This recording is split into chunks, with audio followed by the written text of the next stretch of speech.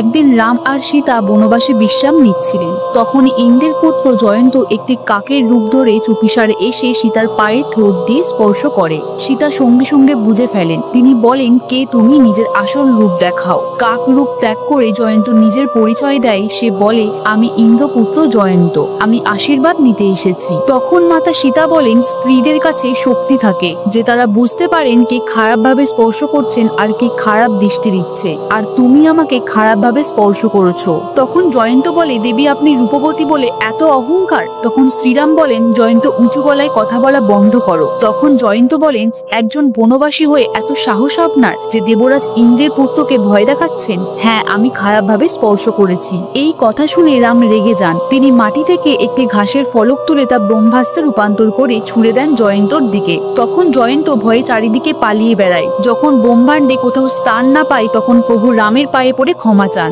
তখন শ্রীরাম বলেন, তোমার অপরাধ ক্ষমা করার মতো না। যেহেতু তুমি আমার চরণে এসেছো তাই তোমার প্রাণ নেব না, কিন্তু শাস্তি তোমাকে পেতেই হবে। এরপর সেই ব্রহ্মাস্ত্র দিয়ে একটি চোখ নষ্ট করে দেয়। ভিডিওটি ভালো লাগলে সাবস্ক্রাইব করুন আর কমেন্টে লিখুন জয় শ্রীরাম।